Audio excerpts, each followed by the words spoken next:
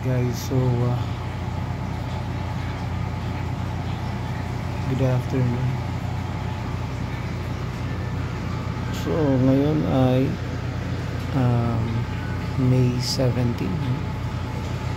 May 17 dito sa orthopedic. Lagyan na ako ng dextrose antibiotic. Naksakan na ako. Before May 22 operation, saka meron tayong mga kasamang bago rito. To yung pasyente si Harold o si Jerwin yung bantay, si paring Ryan, si Rodel, sa dulo si Joma. Waiting na for operation May 22.